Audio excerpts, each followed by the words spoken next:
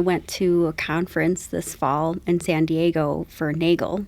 And now here's like your ultimate banker supreme, right? NAGLE is the National Association of Government Guaranteed Lending. So yeah, you have... Sounds like a rager. Right? So it's like a lot of your stereotypical stuffy bankers. Everybody's in a suit, everybody's like your classic, middle-aged white people just hanging around, with their little clipboards and smartphones and whatever, that they do, and then there's me. Mm-hmm. Right.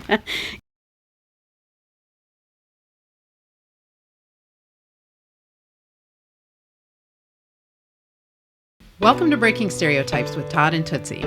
Today we're joined by Amy Porter, a bank vice president who is active in the goth scene and a pole dance instructor.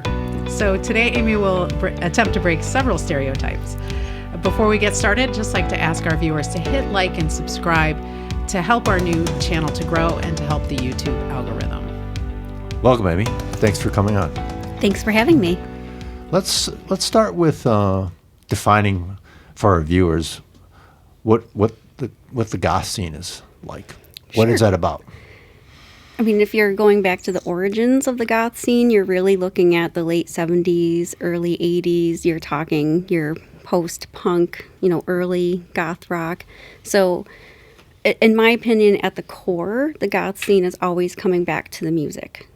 As in any culture is always sort of a collection of shared likes, interests, art, etc. You're always going to have certain things that are generally the same or generally liked. Doesn't mean every single person's going to be the same way, but yeah, you're going to have a lot of people who wear black or have big hair, crazy makeup, crazy shoes, crazy clothing. So as much as it's a scene about music, it's also a scene about expression. So it's a scene where you can kind of feel whatever emotions you want to feel and express that through art, through dress, through, whatever your style is. And of course, like the base of music, where it all starts. So think about your skater kids, think about your emo kids, think about your goth kids, right? A lot of those stereotypes, right? Like when you think in your head what that person's going to look like, there's always sort of a music associated with it, hip hop, punk, etc., so on and so forth, even country. Mm-hmm. Whenever you think about a music style, somebody is going to pop in your head. Mm-hmm. Same thing with goth. Mm-hmm. Well, a lot of it also has to do with the style of dress, like how you're dressed today, right? Right. It's. Can you talk a little bit about that specifically, like what makes a goth versus a punk, for example? Sure, absolutely. Even within goths, there's subcultures and other stereotypes. So you have like your cyber goth, you have your Victorian goth, you have your romantic goth, pastel goths, rainbow goths. You could go on and on and on and on and on. But, I kind of subscribe to a more feminine, Victorian, romantic, corporate goth sort of vibe. So I like to wear a lot of, form-fitted clothing, pencil skirts, beautiful shoes, corsets all day long, lots and lots of corsets, because I really love the feminine figure. And I love to accentuate the feminine figure. So if I want to, go out into the world in public and dress how I want to dress and be accepted for how I like to dress, then, I'm going to do that at the goth club where I can hear the music that I like to hear, dress how I want to dress, and you just feel at home. Mm-hmm. So what do you think the main stereotypes are of people who are in the goth scene? Oh, there's a lot of, and here we go, stereotypes. Yeah. So, probably the biggest stereotype, and this is going to kind of tie into one of your former guests, a lot of people think that goths are Satanists, goths worship the devil. You don't have to be goth to worship the devil, and if you worship the devil, doesn't mean you're goth, right? That's absolutely not true. Like, there's no, universal tenet that, every goth person is either non-religious or worships the devil. Like, that's just not something that typically happens. Another stereotype is going to be that, all goth people do drugs. Like, no, there's drugs in every single scene, and certainly there's drugs in the goth scene. Does not mean every single gothic person is snorting coke or doing heroin or anything like that. I mean, I never got into that. But you could say probably the same thing, oh, all the rave scene people do drugs, etc. I mean, there's always going to be a certain connotation that's there. Another big stereotype is that, all Gothic people have emotional problems. Gothic people are depressed. Oh, no. Oh, you don't want to be in that scene. That's a bunch of ne'er-do-wells or a bunch of misfits, that are just dressing up to look cool. Maybe there's some people who are like that. It doesn't mean everybody's like that. Again, some people are just genuinely there because they have an attraction to the music. They have an affinity for the style.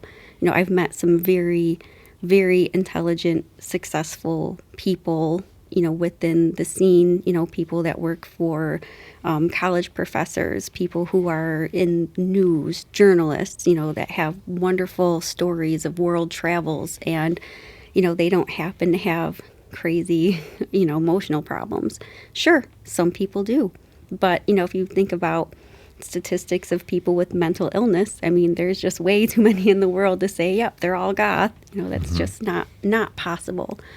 Another stereotype is that Gothic people are artistic. Some of us are, some of us aren't. I mean, maybe that's one of the better stereotypes, but, people will look at your, average goth scene and think, oh, all these people are tattoo artists or baristas. Maybe they moonlight as a graphic artist. I certainly know, a bunch of people who fit that stereotype. However, not everybody, is like that. So, they're just people, who happen to like certain things. And, but again, stereotypes sort of develop for certain reasons. And some people are going to fall into those traps and some people are going to defy it. Well, it's also like when you're actually in the scene, like let's say you're at a club or something and, you're listening to the music and everybody's gathered together. They're all, kind of having their own style that is similar. And so it's just easy to group all those people, but you don't see them outside the club a lot of times, right? What they're doing at their day job or, just different times in their life. And so like someone could stumble upon a goth club and think that's how these people dress or, behave or whatever, their whole life, where it's just, something it sounds like, knowing you personally, that it's a part of your life, but it's not all of your life. Correct.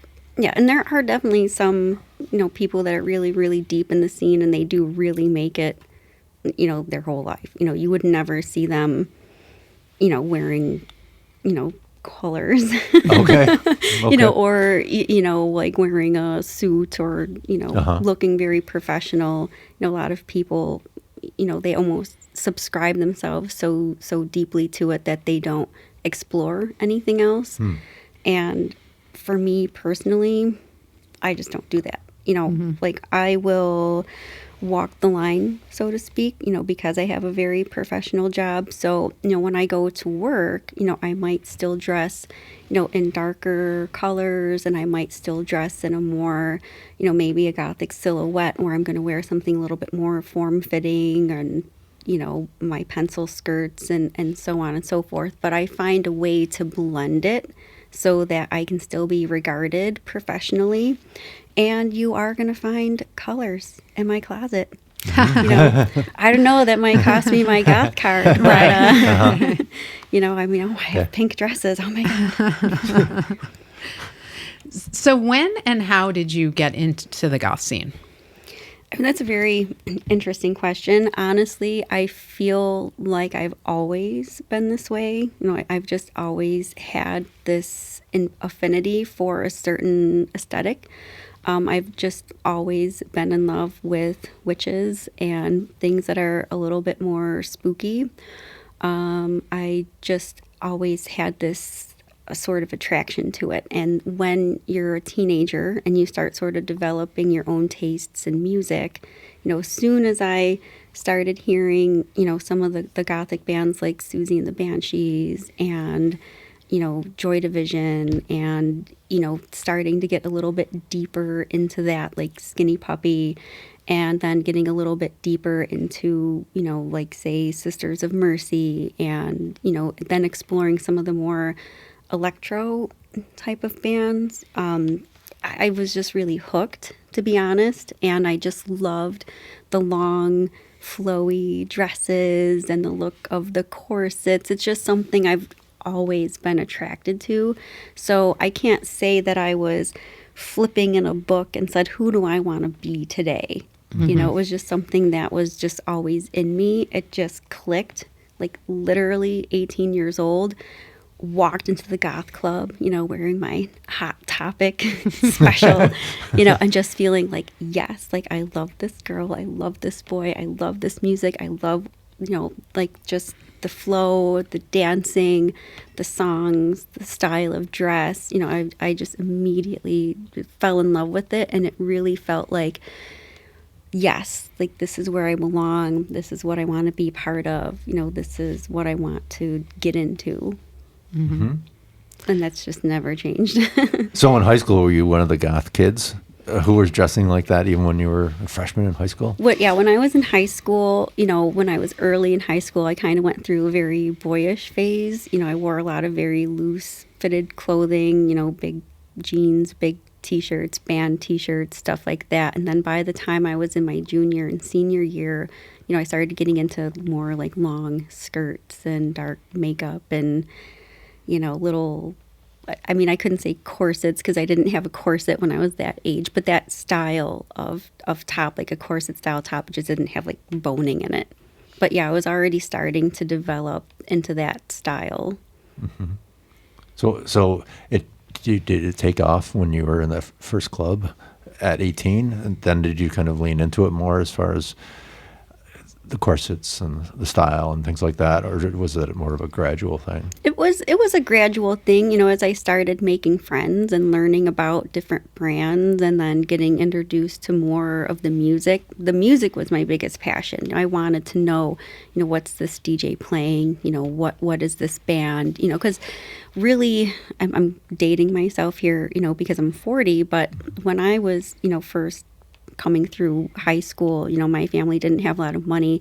It was during that time, not every household had a computer. Not every household had internet. The music just wasn't as accessible as it is now. The knowledge isn't as accessible as it is now. The fashion isn't as accessible. You didn't have like a Google where you're going to say, oh, I want to know what the goth chicks look like. I'm going to watch a, Insta tutorial on, how to do makeup. We didn't have that. I literally had trial and error, like, ooh, where'd you get that? Where'd you get this? So I had to, spend a lot of time figuring out what I liked, what I didn't like. Do you feel like you were finding something at the club and in the community that you weren't getting at home or in school? Like, did you feel kind of, in your home school life, you felt like disconnected from things, and when you went there, you were like, okay, this is my place. Like, I'm a part of something here. Absolutely. Okay. Yeah. I mean, in my home school life, I went to City Honors High School, so I was pretty much a nerd, surrounded by other nerds. And, my school was so tiny, we didn't even really have many sports teams. City Honors does not have football players. Okay, we'll just throw that out there. So there's a lot of, artistic type of people, but not a lot of people who I felt really connected to or that I just felt a kinship with.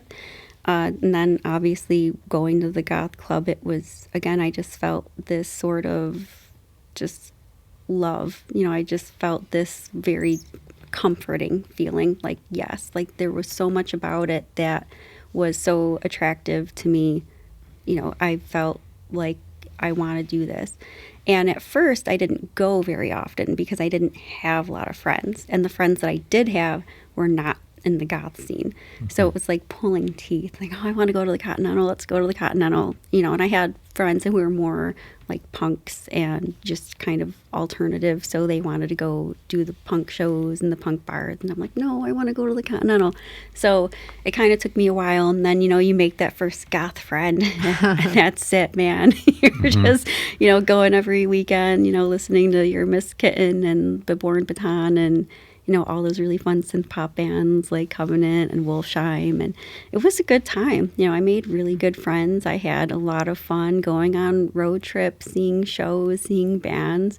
A lot of things that you think normal young kids would do, right? We're going to get together and put our makeup on and get dressed. We were just putting on darker makeup and fake hair and corsets. It's really the same thing. It's just a little bit different style. Mm-hmm. There's a lot of darkness to it. And so can you talk a little bit about what the appeal of that is to you specifically? In terms of like, why do I wear a lot of black? Well, just talk about your house first. Sure. And then then maybe our viewers will understand. So I collect, I guess, oddities, you would call it. I have a collection of skulls and taxidermied bugs. And but to me, I just think it's beautiful, honestly. And some people could really come into my house and think, wow, this is macabre. Like, what are these dead things? Why does she have a fetal pig? Why does she have shark pups? Why does she have these octopus? Like, I have many. A lot of the animal kingdom in jars. In jars, Yeah. yes. Okay. Jars and bell jars. And, and of course, like, this is also very goth of me, but I have a death head moth. Like, I do. I admit. I have one. Is that like a goth stereotype that we I'm don't not know? necessarily a stereotype, but it's definitely, I would say it's, because of Silence of the Lambs. Oh, okay. It is what I'm picturing. Yeah. Okay. And I have like leggings with little death head moths on them. And then I have like a real framed one on my wall. And Wow. Okay. So I'm very proud of it. So has anyone gone in your house that wasn't into it and felt like, whoa, what's going on here? Have you ever had kind of a negative reaction to your space? Not so much because, I don't really have people over my house that I'm not very comfortable with. But, my family, they live a little ways away. So when they come over, it's a little bit like, oh, okay. Right. Like all the tattoos that I have, it's like, I didn't know you were going to get that many. Right. So they're just a little bit like, oh, like, that's nice. Right. They'll never come out and say, oh, this is weird or, oh, this is creepy. But I'm definitely aware that, reaction could be out there. So probably more so weird reactions from like service people. Okay. That kind of come to the house and, you see their eyes dart around. Yeah. So the cable guy comes in and he sees the fetal pig. and he has to Backs leave out early. slowly. It's like, I think I'm done. I remember when we were talking earlier, we were saying, on the one hand, it could seem like you have an obsession with death and dead things, but you were saying it's actually a celebration of life. Could you elaborate on that? Sure. Just for me personally, I can't speak to every single goth person who's out there. People might collect things for different reasons, but I just find it very fascinating. Yes, it is sad that these animals died, but it's also amazing. I have, moths from Japan and Africa, like the Salamis butterflies, the mother of pearl. It's just amazing. Blue morpho butterflies. They're iridescent.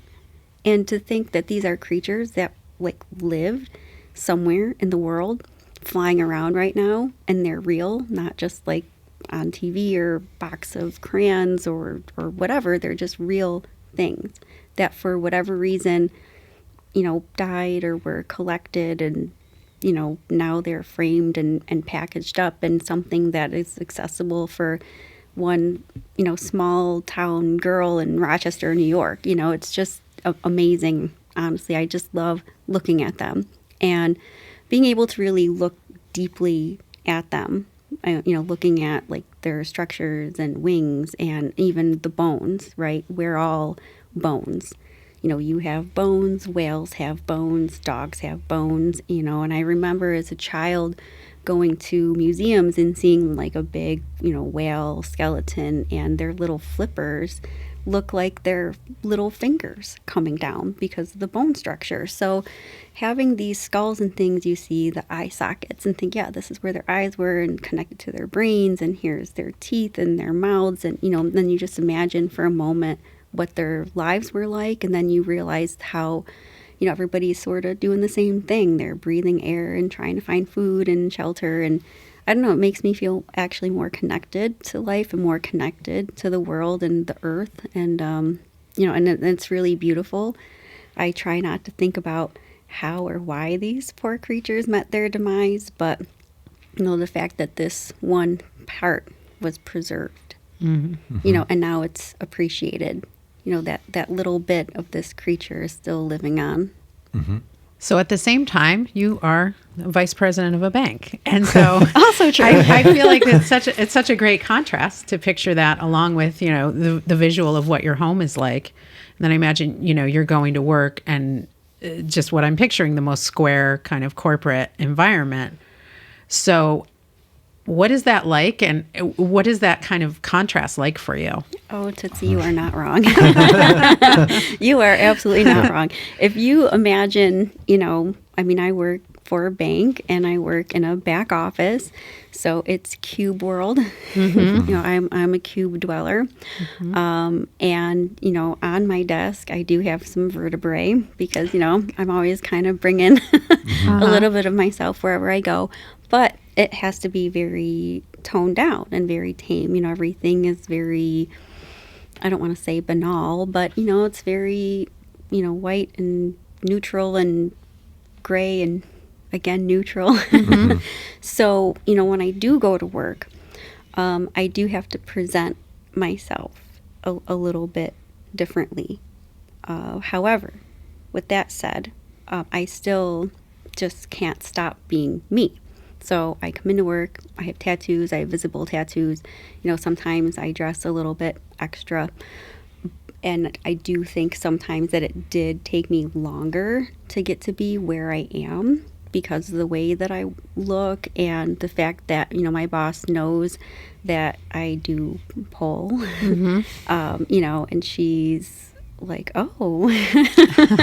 Same reaction as your family to yeah. the tattoos. It's one of those things, on a podcast, you can't, emulate her facial expression. But, when I first started working under her, it was right around the time that I was doing Fringe. And I was doing a pole routine in Fringe, and one of my coworkers got me some flowers and saying, good luck on your show.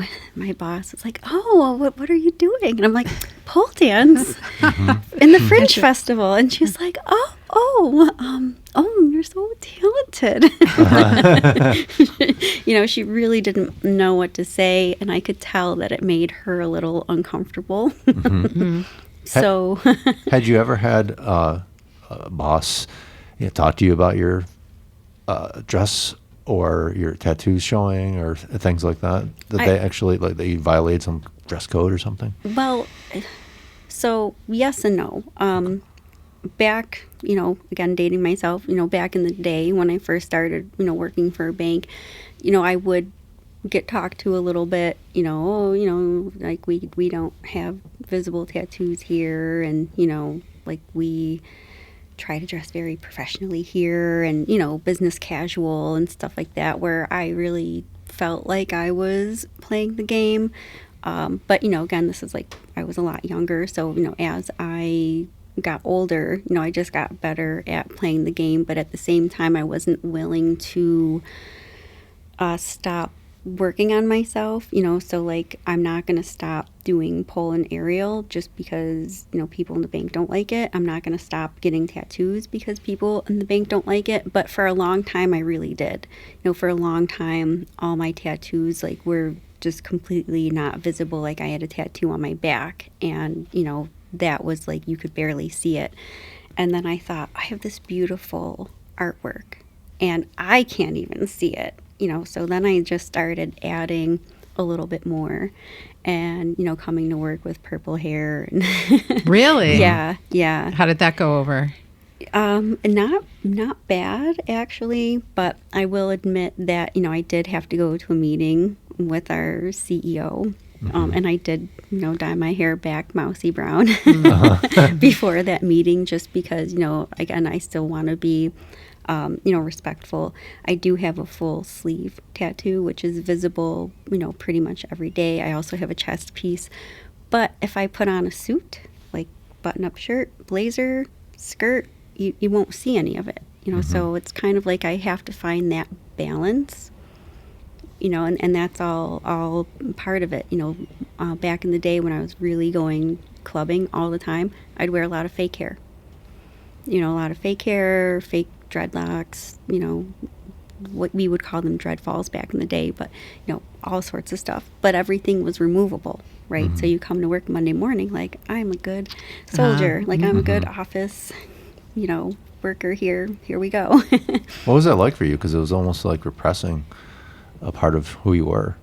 Yeah, right? It's always like repressing a part of who you are. But, when you're working in an office, I think even the C-suite people, they probably don't wear suits at home.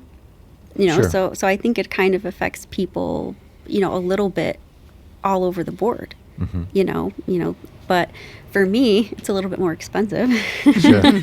Right. Because I basically, have to Two have cloosets, right? right. And like here's my work clothes. Uh-huh. Then here's my casual goth clothes, and then here's my clubbing clothes, and then here's my Ren Fair, and crazy Victorian stuff. I have stuff that I can only wear like once in a great while. If it was up to you and nobody cared, would you be goth all the time, like at work, as far as your attire? It depends, like, on the day, like Okay. there's some days where, I do look pretty gothy at work. Like I'll come to work in a big distressed sweater and leggings, and my Doc Martens, and like just walk in there like, what? Like I'm a vice president, say something.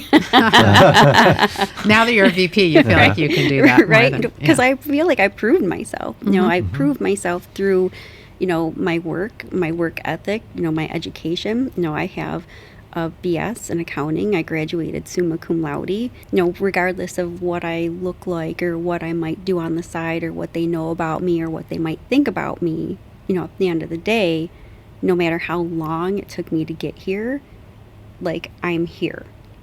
And I'm very, very assertive when it comes to my job. So I feel like I put my little lawyer hat on. I'm not really a lawyer, but, I put that argumentative, kind of like, you're not going to put me down. And you can disagree with me, but you're still wrong.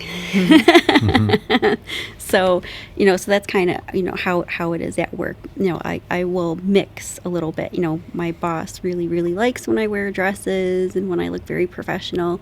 So sometimes I'll do that, and she'll compliment me. And then sometimes if I don't, feel like it, I'll dress down a little bit. Would you say you're still an outlier in the bank, though, as far as your style and, that type of thing? 100%. Okay. So can you describe, probably everybody knows, but, what's the typical banker like?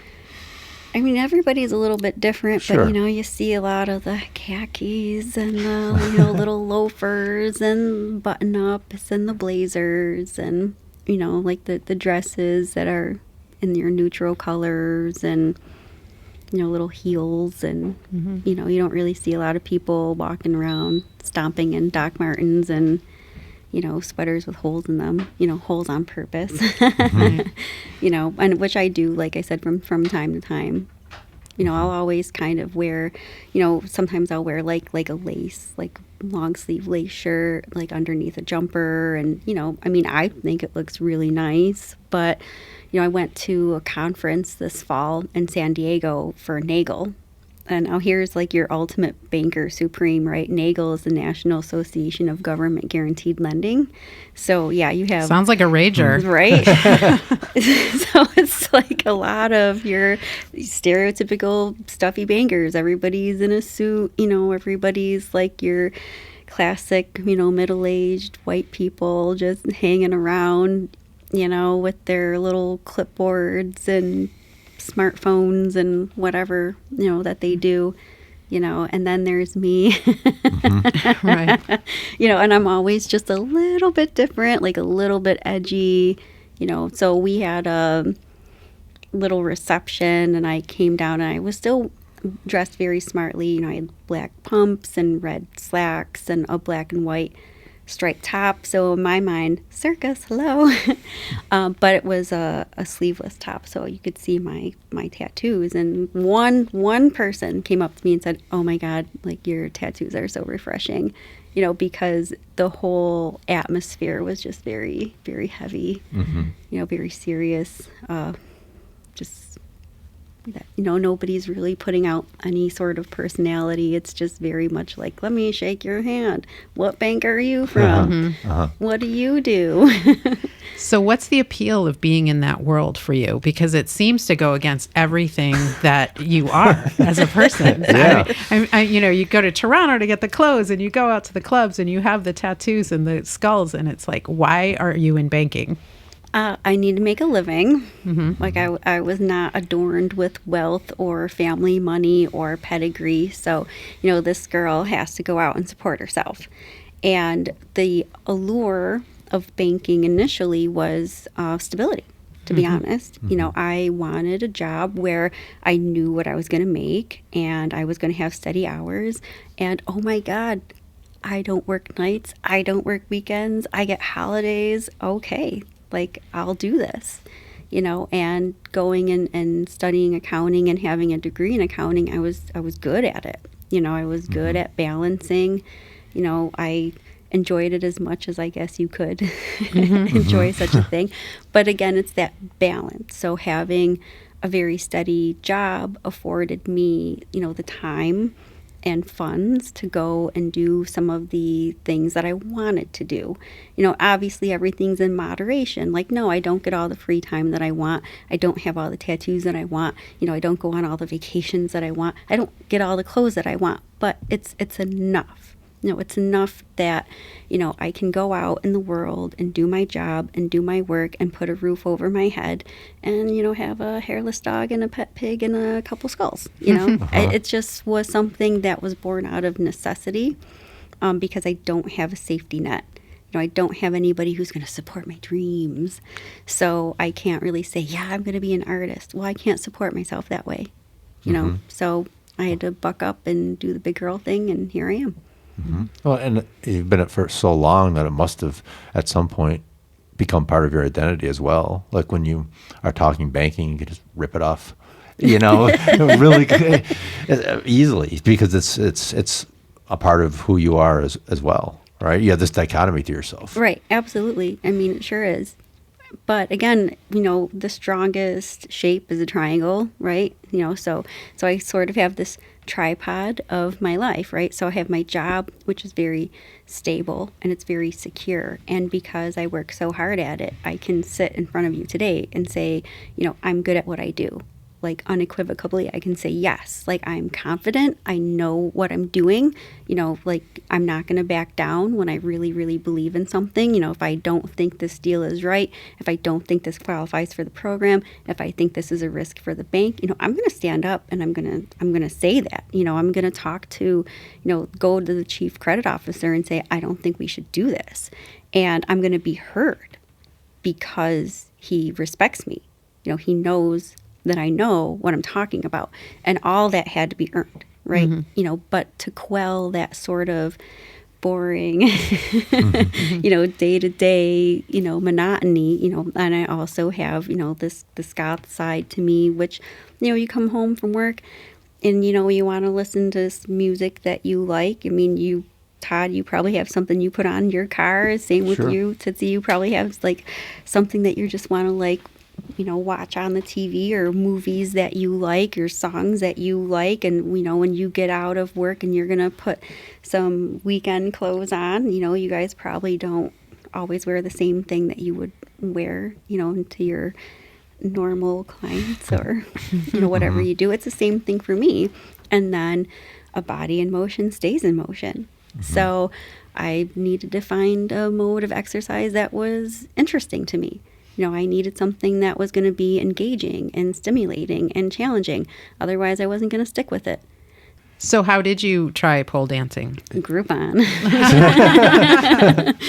The You just banker said- and you couldn't turn down a deal. The deal, man, the deal. Well, I had a friend who took a pole class. It was not something I really considered just on my own. She took a pole class and she was raving about it. She said, "This is the best exercise I've ever done. You got to try, you got to try, you got to try it." And I'm like, yeah, I'll get to it. But she really just kept on me. And then there was a sale. So, so I thought, okay, I'll try it. And I was not good. Okay, I'm not going to lie. It was really difficult. I didn't understand anything about muscles or muscle engagement. I had no upper body strength. And I was thinking, I don't know if I'm going to come back. I really wanted to quit that day, but I had a 10 pass Groupon, banker, hello. I'm like, no, I'm getting all the value out of that. And somehow by the 10th class, I was finally starting to catch on a little bit. So I thought, yeah, you know what? I'm going to get another pass. And then that turned into another pass, and that turned into another pass. And every time I thought, "Oh, I'm never going to go upside down. Oh, I'm never going to do this," or "Oh, I'm never going to do that." But I'm very stubborn, if you guys haven't noticed, very stubborn. So I just kept working at it. And it really became a thing where I started to develop a little bit more confidence. And I started thinking, wow, this is something that I think I can get good at. This is something that if I keep trying, I think I could really develop some skill here, because I didn't have a sport background. I didn't play sports in high school or college. I didn't have your typical college experience. I didn't have a typical family life. So everything that I've had to do, I've really had to do for myself and by myself. I just didn't have that sort of uplifting, oh, honey, you're a snowflake sort of love that a lot of parents give to their kids. So I didn't get extracurricular activities. I didn't really participate in anything. And then as an adult, I just didn't have any background. I wasn't a dancer. I wasn't a gymnast. I just had nothing, no sports, nothing. So for me to come in to this class, it was really intimidating. And so now, I've put, 8-9 good years into it. And, I've learned a lot more about, muscles and, engagements and form. And now I can do routines and, all sorts of crazy stuff. And so I teach. And I always try to bring, my roots back to the students and, kind of have them learn from my mistakes. And, I try to bring a very inclusive, encouraging environment, and it's just really great. Even one story from class just last night, one of the girls was having a hard time getting this one move, and every week I'm like, "You're going to get it.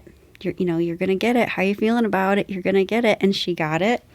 And she texted me afterwards saying, "I heard you cheering in the background." And she's like, that just made it for me. So, people appreciate that kind of support. Even if we're swinging around poles, it's okay. Yeah, well, it's, you've shown us some of your stuff, and it's very impressive, and it's very, if I can see how it would take years for someone to get to that level, and be very physically fit to be able to do something like that. So we were kind of talking before this and wondering how all these different lifestyles, how has it affected your relationships, your dating life? Oh, okay, 40 and single. Thanks for bringing that up, Pat. I'm just kidding. It really. Sorry. I'm really just teasing you.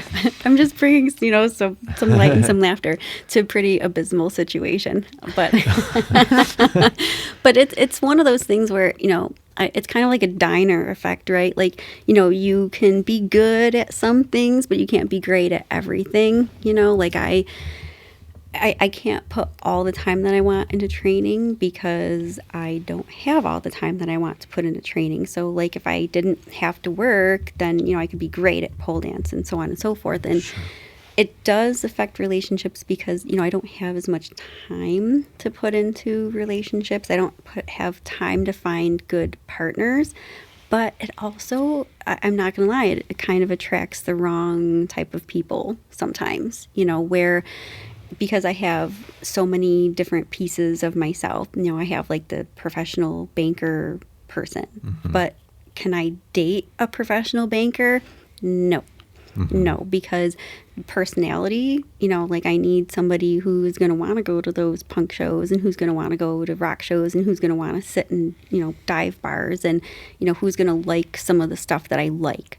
I've tried to date quote unquote normal people and it just never works for me because, that normal person, we in the scene we call them normies, but to go and We've date, heard that term in a different way. but when you try to date a normie, it's just you feel like you have to give up part of yourself. You feel like you're setting aside your own interests, and you think, well, other things are important, like a shared value system is important, or, having similar goals is important. But, it's hard for me. It is really hard for me. And a lot of times if I try to go on a couple dates, it just isn't going to work. If somebody comes at me saying, oh, I like Skinny Puppy because I listen to them on Spotify and I'm goth now.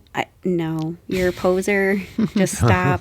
Like, don't try to be me. Just be you. Because the more people, they find me maybe alluring, right? Like, oh, you're so hot. Oh my God, you have tattoos and glasses. And then it becomes more of a fantasy.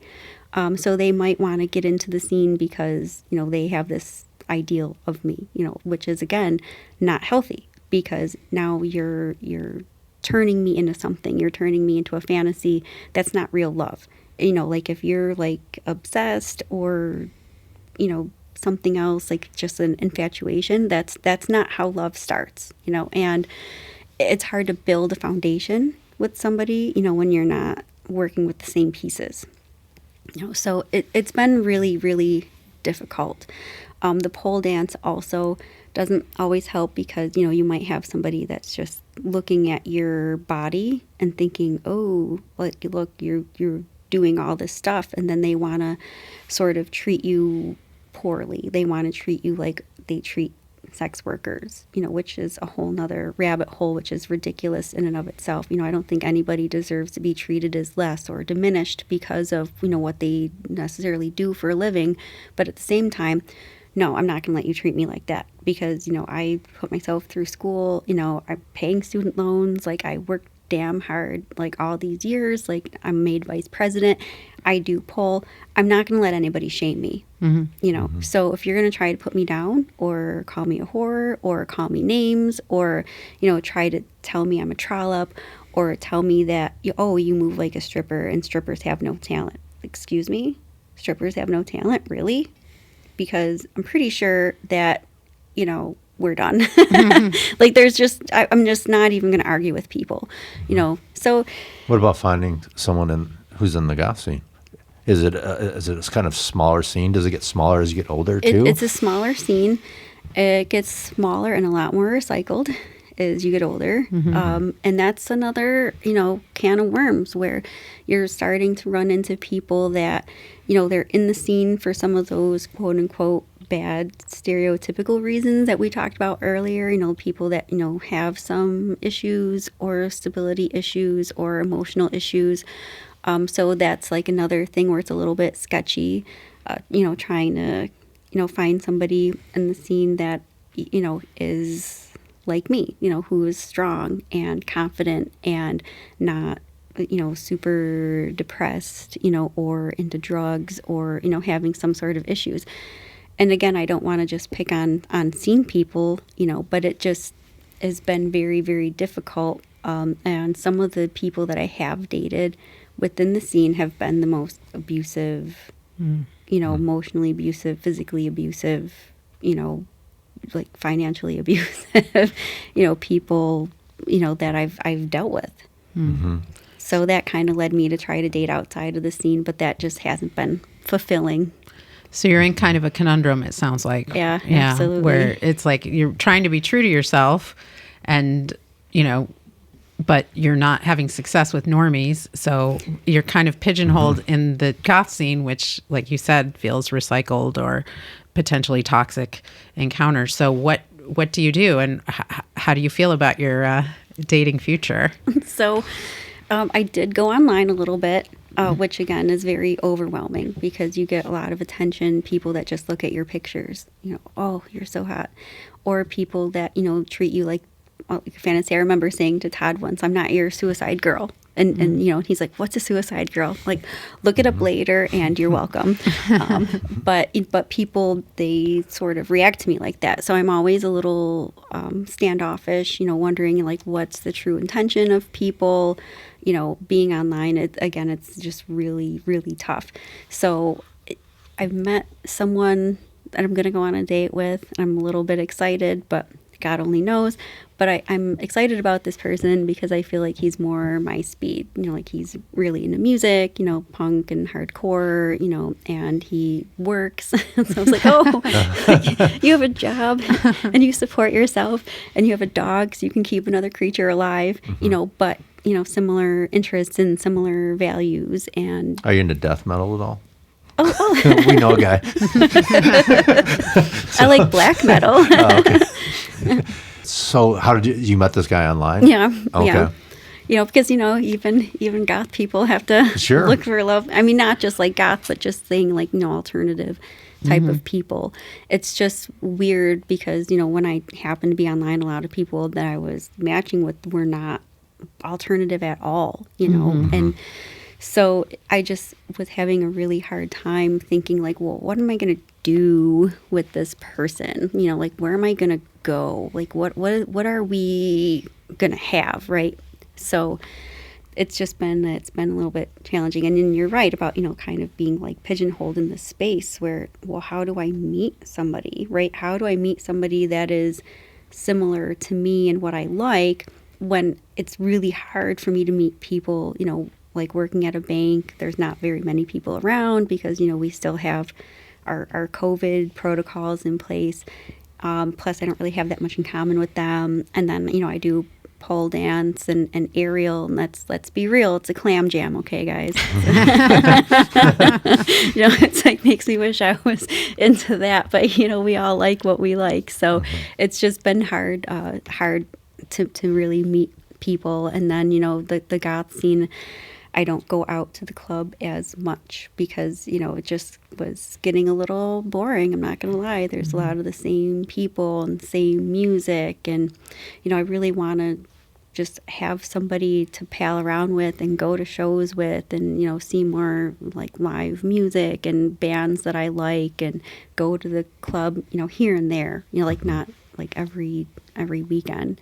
Sure. So you have to find kind of an outlier like yourself, Right. who has commonalities with you, but also kind of maybe has a professional job or something like that. That would be ideal. Right. Because, for me, my work ethic is part of who I am. It's part of me. I really had to work really hard. I know I just said really twice, but, I did have to work very hard to get to be where I am. And I'm not coming here with wads of cash in my bank account or anything like that, but I'm still growing. And I think it's important to meet somebody with that same ambition and, having those values again, because a common value system is legitimately important to have in a relationship, especially if you're going to have a successful relationship. But, I just haven't found my tattooed Viking yet. So if you did, are you looking to start a family and you get married, that whole thing, or is that just not in your future, do you think? Well, at 40, the family thing's going to be tough. That's I'm not sure, to be honest. Like the planets would really have to align in a certain way. When I was younger, I thought, yeah, maybe I'd want a family. Little mini story. I was in Toronto and there was this little couple, right? Like boy, girl, tattoos up and down, pushing a little stroller, going into one of those rock shops. And I just thought, oh my God, like, yes, like that's going to be my life someday. It just never happened that way. I just, never, met that right person that kind of clicked with me, that felt like, yes, this is going to be a thing. So again, I like Tootsie said, I stayed true to myself. I continued working on myself, like, and being happy with myself and being happy with who I am and happy with who I've become. And if I meet the right person, then yeah, I would like to develop a future. There's still that idealistic part of me that thinks, yeah, I would like to get married and build a future. I don't know if that's going to include a family or not, like at this age, but I do want to feel like my life is richer with another person, not completed by another person, and not Sure. chasing after another person, but just having that little tree, like not a vine, but a tree. Yeah, it sounds like a very healthy approach. Yeah, and it's so obviously a commonality in all of your interests is this ambition and confidence that you seem to have developed, like whether it's, going up the ladder in the bank or, finding yourself in the goth scene or, achieving what you did with the pole dancing.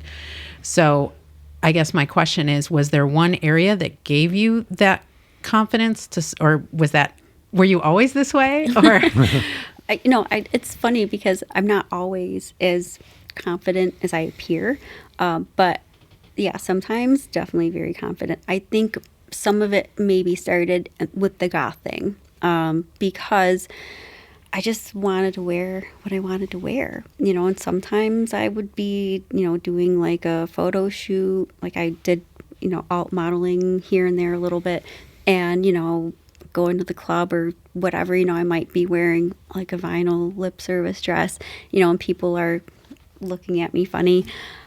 And I'm thinking, well, I don't care.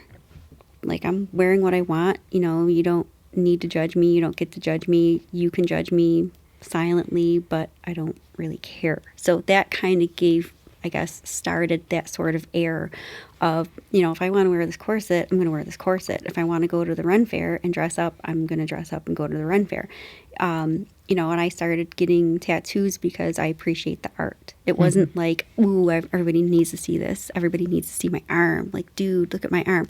But it does invite still this attention, where people, which is really weird, but people will literally come up to me in public, like, again, supermarkets, and feel like they can touch my skin and say, why did you do this to yourself?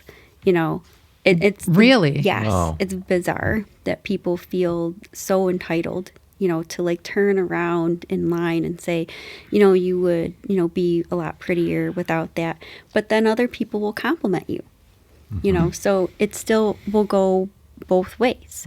It's just one of those things where, I guess one of those last frontiers where, people still feel okay, Wow, that's calling crazy. something out. Yeah, it is really weird. Like literally Friday, I went out to a bar. My friend was bartending, and, I go to squeeze in, and there's a gentleman, like sitting at the bar, and I'm squeezing in to get my friend's attention. He touches my arm, and he's like, oh, that's real. Like, yeah, it is. And it's also my arm. So please don't touch me.